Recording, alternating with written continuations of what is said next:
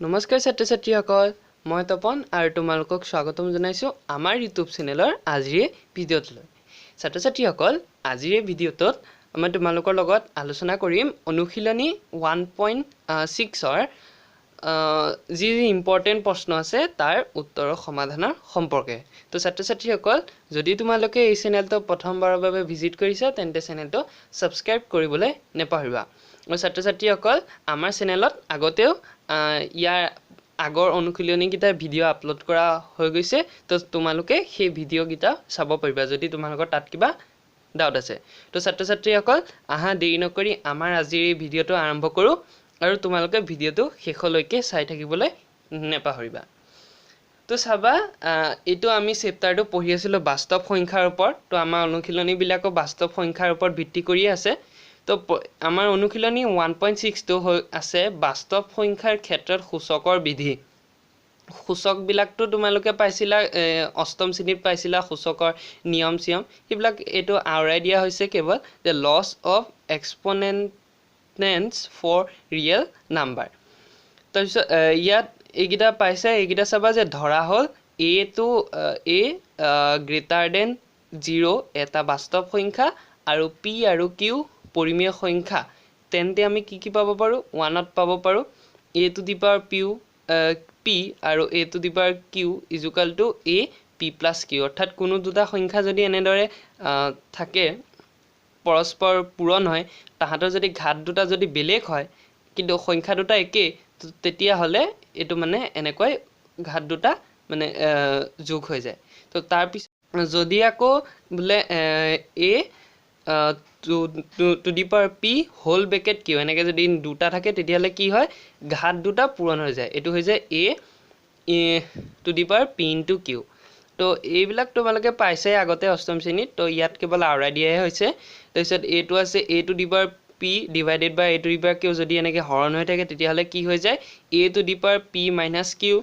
এছে 4 নম্বৰটো চাবা a to the power p into b to the power p ইয়াত কি হৈছে সংখ্যা দুটা একে কিন্তু ওপৰৰ ঘাত মানে সংখ্যা দুটা বেলেগ বেলেগ আৰু ওপৰৰ ঘাত দুটা একে তো ইয়াত কি হয় a into b to the whole to the power p হৈ গুছি যায় সংখ্যা দুটা পূৰণ আৰু গুটে পাৱাৰটো কমন লৈ এবাৰ লিখি দিয়া তাৰপিছত এটোটো পাইছা যে a not অৰ্থাৎ a ওপৰত যদি 0 এটা থাকে তেতিয়ালে তাৰ মানটো কিমান হয় 1 তো ছাত্ৰ ছাত্ৰীসকল এইখিনি তোমালোকে আগৰ পাই অহা খিনি ইয়াতে কেৱল ৰিভিজন কৰি দিয়া হ'ল তো এতিয়া তোমালোকে চাবা অনুশীলনী 1.6 তো এতিয়া চাবা 1.6 ৰ 1 নম্বৰ মান উলিয়া তো ইয়াত তোমালোকৰ কিতাপত তিনটা কোৱেশ্চন দিয়া আছে তো তাৰ মই দুটা কেনেদৰে কৰিব লাগে হেটো দেখুৱাই দিম তো বাকি তো তোমালোকে নিজে চেষ্টা কৰিবা আৰু ছাত্ৰ ছাত্ৰীসকল অনুশীলনীটোলে অহাৰ আগতে তোমালোকৰ কিতাপত কেইটামান উদাহৰণ আছে তো তোমালোকে হেগিটা নিজে চেষ্টা কৰিবা কাৰণ অনুশীলনী বিলাক যিমানে ইম্পৰ্টেন্ট উদাহৰণ বিলাকক সিমানে ইম্পৰ্টেন্ট তো এটো মই আগতেও তোমালোকক কৈছোৱে তো এতিয়া চাবা 1 নম্বৰটোত আছে 1 নম্বৰ ৰোমান 1 যে 64 to the power 1/2 এটো আছে তো আমি এটো মান নিৰ্ণয় কৰিব লাগে 64 to the power 1/2 মান কিমান তো আমাৰ ইয়াত আছে তলৰটো চাবা ভগ্নাংকৰ তলত আছে হাফ অৰ্থাৎ তলত আছে 2 তো 2 যেতিয়া আছে আমি যদি 64 ক যদি কি কৰিব পাৰো আমি 8 স্কয়াৰ ইয়াক আমি বাকি খলনি কৰ তাৰমানে আমিও ইয়াত পাৱাৰটো 64 ক ভাঙি আমি মানে 2 আনিবলৈ চেষ্টা কৰিম যেতিয়া ভগ্নাংক হিচাপত থাকিব আৰু তলত যদি 2 থাকে আমি এটো 2 হিচাপত আনিলো 2 তো এতিয়া কি হ'ব আমাৰ এটো কৰি দিয়া কাৰণে আমি পাইছিলো ইতিমধ্যে যে a to the power p whole bracket যদি q থাকে কি হৈ যায় এটো হৈ যায় a to the power p into q ইতিমধ্যে এটো আমি পাইছে তো এটো যদি কৰো আমাৰ কি হয় এটোটো ইয়াত ক্যান্সেল হৈ গুছি যাব এটোটো ইয়াত ক্যান্সেল হৈ গল তো কি থাকিল 8 to the power 1 8 to the power 1 মানে হৈ গল 8 তো আমাৰ আনসাৰটো হৈ যাব 8 তো এটো তোমালোকে এনেদৰে কৰিবা এটো বিশেষ টান নহয় সো আমি কি কৰিম ইয়াত ভগ্নাংকৰ ৰূপত থাকিব এটো তো যদি ইয়াত 2 থাকে তেন্তে আমি যোনটো সংখ্যা দিয়া থাকিব হেতুত আমি 2 স্কয়াৰলৈ খলনি কৰিব চাম তাৰ পিছত এনেকে কৰিলে আমি সহজতে কৰিব পাৰিম তো এতিয়া চাবা ইয়াৰ নেক্সটটো 2 নম্বৰটোত আছে তোমালোকৰ 32 to the power 1/5 তো ইয়াত আমাৰ আছে ভগ্নাংশটো আছে 1/5 অৰ্থাৎ তলত আছে 5 তো 5 আছে তেতিয়াহ'লে আমি 32 মানে কিবা এটাৰ টু দি পাৱাৰ 5 কৰিবলৈ চাম তো 32 যদি চাওঁ আমি 2 টু দি পাৱাৰ 5 মানে হৈ যায় 32 সো আমি কি কৰিলো ইয়াত 32 2 টু দি পাৱাৰ 5 লৈ সলনি কৰিলো তো আমাৰ ইয়াতো কি হ'ব একেদৰে 5 into 1/5 তো ইয়াতো 5 5 কেনসেল গুচি যাব 2 টু দি পাৱাৰ 1 হ'ব তো আমাৰ আনসাৰটো আহি যাব 2 তো এইটো বুজি পাইছা তো এনেদৰে তোমালোকে ইয়াৰ 3 নম্বৰটো কৰিবলৈ চেষ্টা কৰিবা তো এতিয়া চাবা ইয়াৰ পৰৱৰ্তী প্ৰশ্নলৈ তো আমাৰ 2 নম্বৰটোতো আছে একেলগে মান উলিয়া তো ইয়াৰো তোমালোকৰ ইয়াতো 4টা প্ৰশ্ন আছে তো ইয়াৰ মই 3টা কৰি দেখুৱাই দিম কেনেকৈ কৰিবা বেলেগ বেলেগ ধৰণৰ তো বাকি কিটা তোমালোকে নিজে কৰিবলৈ চেষ্টা কৰিবা তো এতিয়া চাবা প্ৰথমটো চাবা আছে 9 টু দি পাৱাৰ 3/2 এটো আছে ভগ্নাংশ তো ইয়াতো আমি একেটাই কৰিম ভগ্নাংশৰ তলত কি আছে 2 তো আমি 9ক কিবা এটাৰ 2 স্কয়াৰলৈ চেঞ্জ কৰিম তো 9ক যদি কৰো 3 into 3 9 তো 3 স্কয়াৰ into 3/2 তো এটো বুজি পালানে আমি এই 9ক কি হলে চেঞ্জ কৰিলো 3/2 3 স্কয়াৰ হোল ব্ৰেকেট 3/2 তো আছিলে তো ইয়াতো কি হ'ব 3 স্কয়াৰ into 3/2 তো ইয়াতো আমাৰ তলৰ 2 টু কেনসেল গুচি যাব 2 টু কেনসেল তো আমাৰ কি থাকিব 3 টু দি পাৱাৰ 3 কিউব 3টা পূৰণ কৰিলে কিমান হ'ব এটো হৈ যাব 27 তো আনসাৰটো আহি যাব তোমালোকৰ 27 তো এতিয়া চাবা ইয়াৰ পিছৰটো তো ইয়াত আছে এতিয়া চাবা 3 নম্বৰটো তোমালোকে 2 নম্বৰটো নিজে ট্ৰাই কৰিবা তো 3 নম্বৰটো চাবা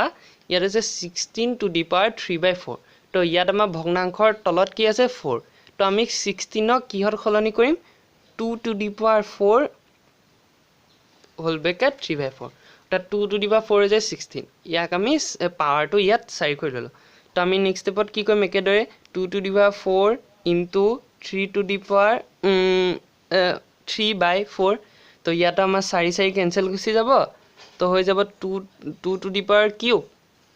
2 কিউব তো আমাৰ আনসাৰটো আহি যাব 2 কিউব মানে হৈ যায় 8 তো আমাৰ আনসাৰটো আহি যাব ইয়াত 8 তো তোমালোকে এইটা আশা কৰো বুজি পাইছা তো এতিয়া আহিছো আমাৰ পিছটো কিন্তু ইয়াত চাবা মাইনাস আছে ইয়াতো একো নাই মাইনাস থাকিলে একো হেই কৰিব নালাগে তো ইয়াত আমি একেদৰে চাম ইয়াত তলত কি আছে এটো আছে তোমালোকৰ তলত চাবা ইয়াত তলত আছে তোমালোকৰ 3 এটো আছে 3 তো 3 ক আমি যদি 3 হেই কৰিম যে 5 কিউব আমি এক 5 কিউবলে খনলি কৰিম আমি ইয়াতো ঘাতটো 3 আনিলাম তো আকৌ কি কৰিম আমি 5 কিউব into -1 divided by 3 এটো ব্ৰেকেট দিলো কাৰণ মাইনাস আছে তো আমি ইয়াতো কি হৈ যাব 3 আৰু 3 কেনসেল গুচি যাব তো এতিয়া হৈ যাব 5 টু দি পাৱাৰ -1 কাৰণ 1 ৰ আগত আমাৰ মাইনাস আছে তো 5 টু দি পাৱাৰ -1 তো আমি লিখি দিম 1/5 তো 1/5 ৰ মানটো কিমানে 5 টু দি পাৱাৰ -1 তো তোমালোকে এইখিনতে এৰি থৈ নাহিবা এইখিলৈকে কমপ্লিট কৰি থৈ আহিবা তো এনেদৰে তোমালোকৰ 2 নম্বৰ গিটা কৰিব পাৰিবা তো এতিয়া চাবা ইয়াৰ পৰৱৰ্তী প্ৰশ্ন তো ইয়াত চাবা 3 নম্বৰটো আছে সৰল কৰা তো আগৰ বিলাকত আমাৰ কেৱল এটা টাৰ্ম দিয়া আছিল কিন্তু ইয়াত দুটা নহলেবা বেলেগ ধৰণে দিয়া আছে তো ইয়াত চাবা 1 নম্বৰটোত আছে 2 to the power 2/3 into 2 to the power 1/5 আছে তো ইয়াত আমি ঠিক একেদৰে কি কৰিম ইয়াত আমি চাম আমি যে সূচকৰ বিধি কিটা পাইছো যদি আমি চাও যে এটো এটো আমি a/p ধৰিলো into a/q তো a/p into a/q থাকতে আমাৰ সূত্ৰটো কি আছিল এটো সাইডত লিখি দিছো যে a/p into a/q থাকতে আমাৰ কি আছিল a into p plus a to the power p plus q তো আছিল আমাৰ সূত্ৰ তো ইয়াত আমি ঠিক একেদৰে কি কৰিম 2 টু কৰি দিম 2 এটা লম তাৰ পিছত 2 টু দি পাৱাৰ 3 plus 1/5 এটো আমি প্লাস কৰি দিম ইয়াৰ পাৱাৰ গিটা প্লাস কৰি দিম এটো কমন লৈ তো এতিয়া আমি 2 টু দি পাৱাৰ এটো 3 আৰু 5 ৰ লসাগু লম এটো আমি পাম 15 আৰু 15 ললে 3 ৰে যাব 5 এটো হৈ যাব 10 প্লাস 5 ৰে যাব 3 3 1 গুণ 3 এটো হৈ যাব ওপৰত হৈ যাব 13/15 তো আমাৰ আনসাৰটো কিমান হ'ব 2 to the power 13/15 তো এইটো তোমালোকে অংকটো যেতিয়া কৰিবা কিতাপত লিখিব দৰকাৰ নাই এইটো মই কেৱল তোমালোকক বুজাৰ সুবিধাৰ্থেহে লিখি দিছো তো এতিয়া চাবা ইয়াৰ পিছৰটো আছে 2 নম্বৰটো যে 1/3 to the power 3 cube bracket whole মানে হোল টু দি পাৱাৰ 7 আছে তো ইয়াতো আমি ঠিক একেদৰে কি কৰিম ইয়াতো চাবা ইয়াত আমি আমাৰ যোনটো আৰু এটা সূত্ৰ আছিল সেইটো আছিল যে আমাৰ আছিল a to the power p whole bracket যদি q থাকে তেন্তে কি হৈ যায় a p q এটো সূত্ৰ এটো আছে সূচকৰ বিধি তো এই বিধিটোৱে আমি ইয়াত প্ৰয়োগ কৰিম তো ওপৰত আমি এটো কি কয় হোল ব্ৰেকেট আছে তো এতিয়া আমি 7 টো দুটাকে দি দিম তো দুটাকে যদি দি 1 to the power 7 ব্ৰেকেটটো খুলি দিলো আৰু ইফালে কি হ'ব এফালে 3 কিউব আছিলে 3 to the power 3 আৰু হোল আছিল 7 তো হেতু কাৰণে আমি কি কৰিম 3 into 7 এটো বুজি পালা কাৰণ এটো ফৰ্ম তো এখিনি জায়গা তোমালোকে বুজি পালা ইয়াত আমি এটো ফৰ্মুলা পেলাইলো তাৰপিছত ইয়াত হৈ গল 3 হ'ব ইয়াত p আৰু ইয়াত q মানটো হ'ব 7 তো 3 into নেক্সট স্টেপত যাব 1 to the power 7 মানে কিমান এটো 1 to the power 7 মানে 1 কাৰণ 1 ৰ ওপৰত যিমানে নিদিয়া কিয় পাৱাৰ তাৰ ভ্যালু 1 এ থাকিব এটো হৈ যাব 7 3 গুণ এটো হৈ যাব 21 তো 1 divided by 3 to the power 21 তো এটো আমি এনেকে লিখি দিম 3 to the power -21 আমি এটো মাইনাসৰ কথাটো শিকিছিলো অলপ দি আগতে আমি এটা ক্ষেত্ৰত প্ৰয়োগ কৰিছিল তো এটো আনসাৰ তোমালোকে এনেদৰে ৰাখিবা তো এতিয়া চাবা 4 নম্বৰটোলে তো ইয়াৰ তোমালোকে যোনটো মই স্কিপ কৰিছো হেতু তোমালোকে নিজে কৰিবলৈ চেষ্টা কৰিবা তো ইয়াত আছে কি এটো ক্ষেত্ৰত চ আমাৰ ওপৰৰ চ ঘাত দুটা একে অৰ্থাৎ 7 to the power 1/2 into 8 to the power 1/2 ঘাত বা পাৱাৰ ইয়াত একে কিন্তু সংখ্যা দুটা বেলেগ সংখ্যা কি আছে এটাত 7 এটাত 56 তো ইয়াত আমি কোনটো ফৰ্মুলা এপ্লাই কৰিব পাৰো a to the power p into b to the power p এটো কি হৈ যায় ab to the power whole p তো এটো ফৰ্মুলা আমি ইয়াত এপ্লাই কৰিম তো হেতু যদি আমি এপ্লাই কৰো তেন্তে আমি কি পাম 7 into 8 to the power whole ab আমি এটো এপ্লাই কৰি দিলো তো আমি পাম 56 to the power half তো আমাৰ উত্তৰটো হৈ যাব